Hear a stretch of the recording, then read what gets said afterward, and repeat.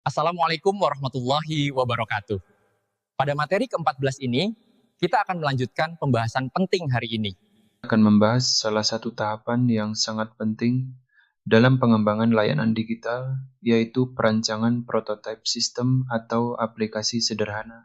Materi ini menjadi penghubung antara ide konseptual yang telah kita susun pada pertemuan sebelumnya dengan implementasi sistem yang nantinya benar-benar dikembangkan.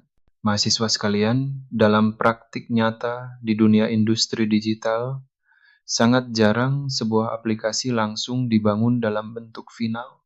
Sebelum masuk ke tahap pengkodean, pengembang harus memastikan bahwa ide yang dirancang benar-benar sesuai dengan kebutuhan pengguna. Disinilah peran prototipe menjadi sangat krusial. Prototipe dapat dipahami sebagai model awal atau representasi sederhana dari sebuah sistem atau aplikasi. Prototipe bukanlah produk akhir, melainkan gambaran bagaimana sistem akan bekerja, bagaimana alur penggunaannya, serta bagaimana tampilan antarmukanya. Dengan adanya prototipe, pengembang dapat melihat alur sistem secara visual, menguji ide tanpa biaya pengembangan yang besar, mengidentifikasi kesalahan sejak dini, serta mengumpulkan umpan balik dari pengguna sebelum sistem benar-benar dibangun. Dalam konteks layanan digital, prototipe berfungsi sebagai alat validasi konsep. Artinya, melalui prototipe kita dapat memastikan apakah solusi digital yang dirancang benar-benar menjawab permasalahan pengguna. Dalam perancangan prototipe, terdapat dua konsep utama yang perlu dipahami, yaitu fidelity dan iterasi. Fidelity merujuk pada tingkat kedetailan prototipe. Prototipe dengan tingkat low fidelity biasanya berupa sketsa tangan atau wireframe sederhana. Fokusnya bukan pada keindahan visual, melainkan pada struktur dan alur sistem. Sementara itu, high fidelity prototype sudah menyerupai aplikasi nyata, lengkap dengan warna, ikon, tipografi, serta interaksi pengguna. Konsep kedua adalah iterasi, yaitu proses perbaikan berulang berdasarkan hasil evaluasi dan umpan balik pengguna. Prototipe tidak dibuat sekali lalu selesai, tetapi terus diperbaiki hingga mendekati solusi yang optimal.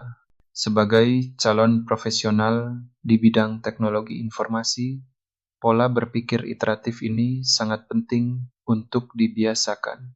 Dalam praktik industri, terdapat beberapa metodologi yang sering digunakan dalam perancangan prototipe layanan digital. Salah satunya adalah design thinking, yaitu pendekatan yang menempatkan pengguna sebagai pusat perancangan.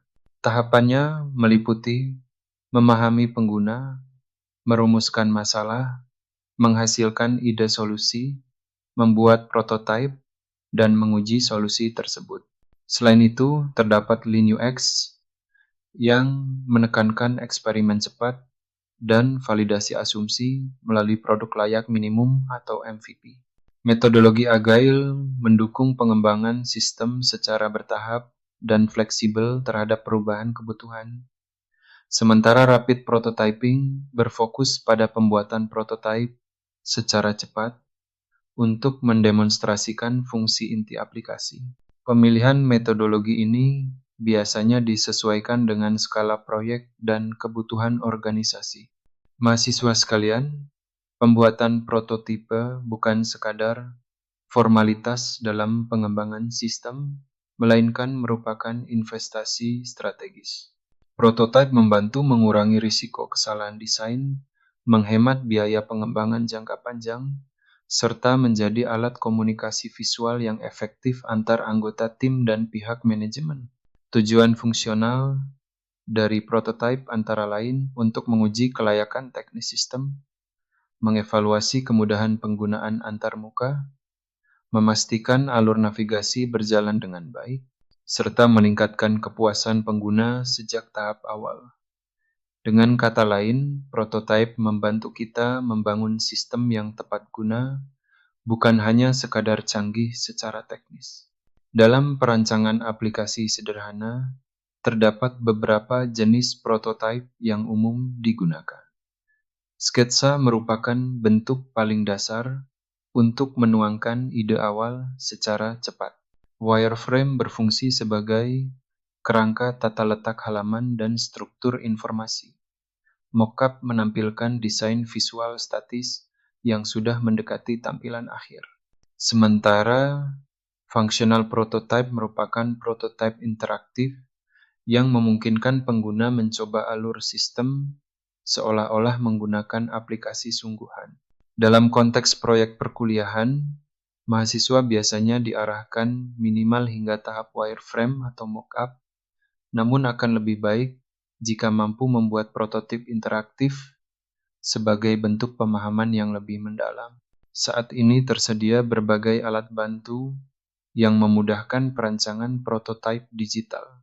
Beberapa di antaranya adalah Figma yang mendukung kolaborasi real-time, Adobe XD yang terintegrasi dengan ekosistem Adobe, Balsamiq yang cocok untuk wireframe sederhana, serta InVision dan Marvel App untuk pembuatan prototipe interaktif.